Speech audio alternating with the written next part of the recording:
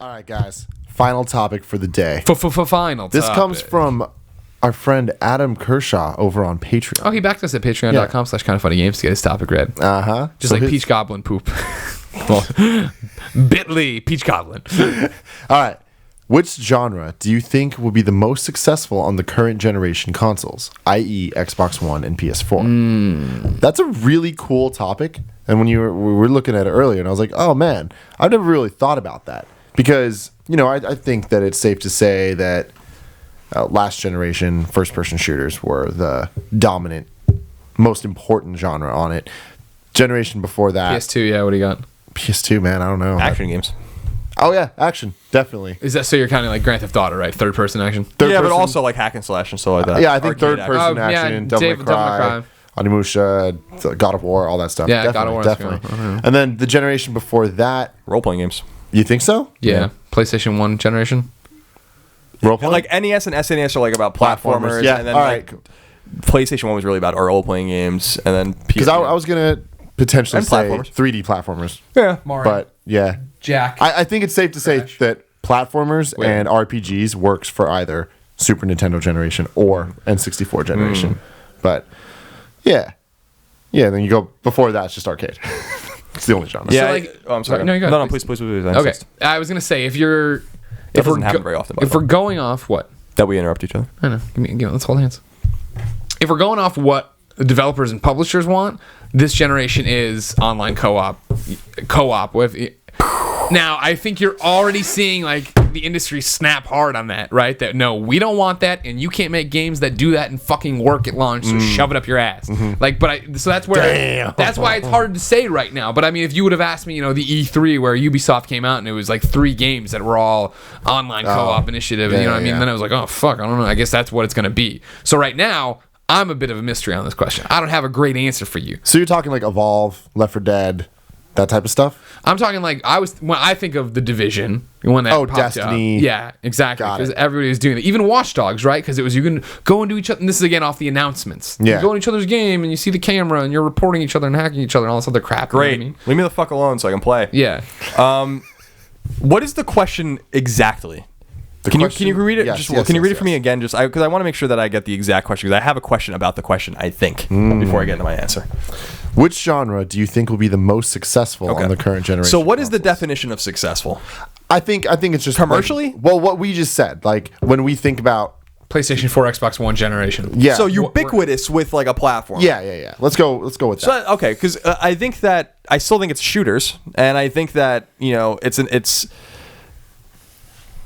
like Grand Theft Auto 5 is kind of a shooter now that it's in first person, or you can play it in first person. Not that you have to be in first person to play a shooter, but like in terms of the games that still have the most cachet and still sell the best, they are shooters. So by far, by a mile, Call of Duty will outsell everything this year. So it's not a matter of Battlefield's coming out. I'll be interested to see how Battlefield actually does.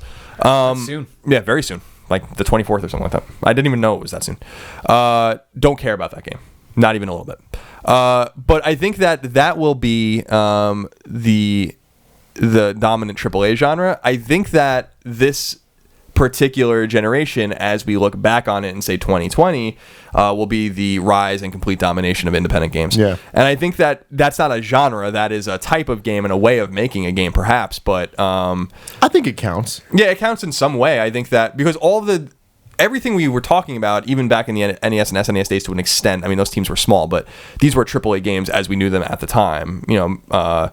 The original Zelda was made by probably fewer than a dozen people, but it's a AAA game for 1986. So I think that we will see, when we look back, I think we will see fewer big AAA games or big budget games that we really give a shit about. I think that when we look back 2020, 2025, and look back at these games, we're going to be excited about games like Mighty No. 9 or like Hotline Miami, not games like Call of Duty, which all blur together. I'm not disparaging Call of Duty. I play them every year, and I like the shooting mechanics very much, but these games aren't getting everyone excited critically. They're getting excited commercially, which is why I wanted to define what success meant. Yeah, and when we talk about our top 25 lists or whatever for different consoles, I do think that you're right. That when we look back on these generations, a lot of them are going to be quote unquote independent titles. And of course we're going to have the Uncharted 4s and the like big dogs like that in there, but they're not necessarily, I mean, they might take up the top spots, But I feel like the majority of the list is going to be the iDarbs and the whatever, all the fun, cool shit we do. Yeah, the stuff that caught you off guard. Yeah. Oh, it's happening again. Jeez. Yeah, because I think about the MPD charts every month and what they're telling us. And what they're telling us is that people buy the same fucking game over and over again. Now, that's your prerogative if you want to do that. But the I remember it was month over month, with the exception of Dying Light being included in like February, or I guess must have been February or something, maybe January, I don't know. Like, the lists were exactly the same. The only thing that changed month over month was that some of the order changed, and Dying Light was in there and Just Dance fell off. I remember that like very well, and I'm like, this is the most boring shit ever. Like, these are the games, and again, this is only judging retail, but it shows a stagnation and a predictability in the retail market that is slowly going to wax as their popularity wanes and people kind of go more to the digital space. I keep saying over and over again, the AAA model is a dying model, and it's not that it's going to die completely. It's just that someone has to be bold enough at some point to say, like, this is a AAA style game that is $40. This is a AAA game that is $30. This isn't a AAA game, and we are not going to charge you $60. Yeah. And I think until those spaces, it's probably Kevin or Ramon. Okay. Until those spaces are figured out, in a sense that games don't have to cost $6 or $10. Mm-hmm. I think the success of the smaller games will just wax and become bigger and bigger because people find more inspiration and more to like in those particular spaces. It's fun.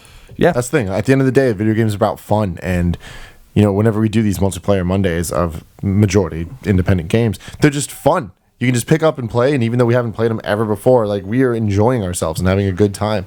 I think that people are gonna look back at that and remember the fun they had, not remember the 10th Assassin's Creed they played. Yeah, and that's the thing, is like, when you look back in 10 years and you have played 15 Assassin's Creed games, are you really going to remember which one was the best? Now, it's a little hypocritical of me to say, because I love a series that is very derivative of one another, and most people would not be able to tell apart any Mega Man games. Mm-hmm. Like, I could give you Portillo, come here. I give you Mega Man 1, 2, 3, 4, 5, and 6, and I tell you to put them in order, and you wouldn't probably be able to do that. Yeah. Because, like, they are the same. The same thing. But, so I don't want to be too hypocritical about it. I just think that when people are buying Madden and FIFA and NBA every year, they're going to buy Assassin's Creed this year, they're going to buy Call of Duty, they will buy Battlefield. It just shows a space that is stagnant and boring. And it's not to say those games are bad, it's just a boring space. And so I think the big success stories for this generation will be the independent game developer, the independent game developers. And again, how you define that, I don't know. Yeah. Is No Man's Sky is a really important game for PlayStation 4, and it's by an independent studio, but it's not really an independent game.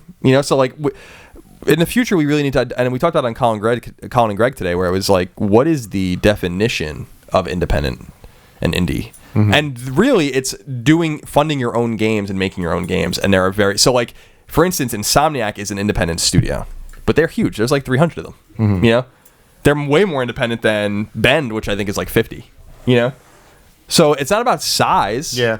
It's a weird and nebulous definition. I feel like it's, at this point, the way the word's used is not by its actual definition. Oh, it God, is not about actually doing. It's just more the look of the game, the feel of the game, how the game's delivered, all that stuff. And I think that we just kind of have to accept that. And that the new definition of independent in relation to video games and independent gaming is, does it look like Ori and the Blind Forest? Right. Yes. Even though Ori is funded exactly by Microsoft. So it's like, that's what's so, yeah. So like, it is funny. Like, I would love to really sit down one day and figure out what independent is, and then like really propagate that definition, because small or downloadable doesn't mean anything anymore. And calling an indie game as a pejorative is not effective as an insult anymore, because people are way excited about these games now, which is awesome. Indie Station, man. Yeah, I love my Indie Station because it has games to play, unlike so many other platforms out there. So it's like, I'm fine with that. Look at you. Haters gonna hate. Look at you, your 3DS library. Shove it up your ass. My God, you guys are. Shove it up your ass. Yeah. It's an XL. It's gonna be pretty big. I can't wait to get my XL. Yeah, you should. It's gonna be really good. Let's see where we're at with time right now. We're good. We're looking pretty good. Ladies and gentlemen, we're going to do something new starting next week. Now, the details on this are not completely rolled out yet. Some things are not buttoned up. The cow's before the horse, as they say. Nope. Cart before the horse. Nope, the cow is before the horse. The cow can never walk in front of the horse. Ever. That's the rule? Ever. That's the rule. Oh my God. There's rules. Anyways. According to your universe, that is the rule. Yeah, that is the rule. So what we're doing is we want to do one topic a week where we answer you guys' questions. a little mailbag of listen to me. sorts. And it'll be fun. Now, eventually, we're going to have an email that you guys will have you send to, and you can Like write an these alias. long, detailed stuff. We don't have that yet. We need to figure it out. There's some issues with that. So for this week, just tweet at me, at Tim Gettys. Let me know your questions. We'll cover a bunch of them next week, and it's going to be fun. We'll figure it out next week, a more legit way for you guys to get really verbose with your questions. And we'll get nasty with our answers. Good. Yeah, it's going to be fun. I like nasty. Yeah, I really like nasty. Yeah, I know you do, you perv. Oh, yeah. Criminal Girls. You want to play? You want to play some Yeah, more? let's play some Criminal We Girls. should. Yeah, We sure. should. Ladies and gentlemen, until next week, I love you a lot. Colin thinks you're pretty cool. Greg, he's a hating-ass hater. Shout out to Peach Goblin Poop. Yeah. Bit.ly Bit.ly. / Yeah, / Peach Goblin. Yeah, no Yeah. poop. No. Mm-mm. I don't want people to have to write poop. Oh, you wrote it. Damon won't even say poop. He won't So I say don't- poop. yeah. Damon won't say poop. Damon does not like the word poop. Peach Goblin. Good to know. Poop.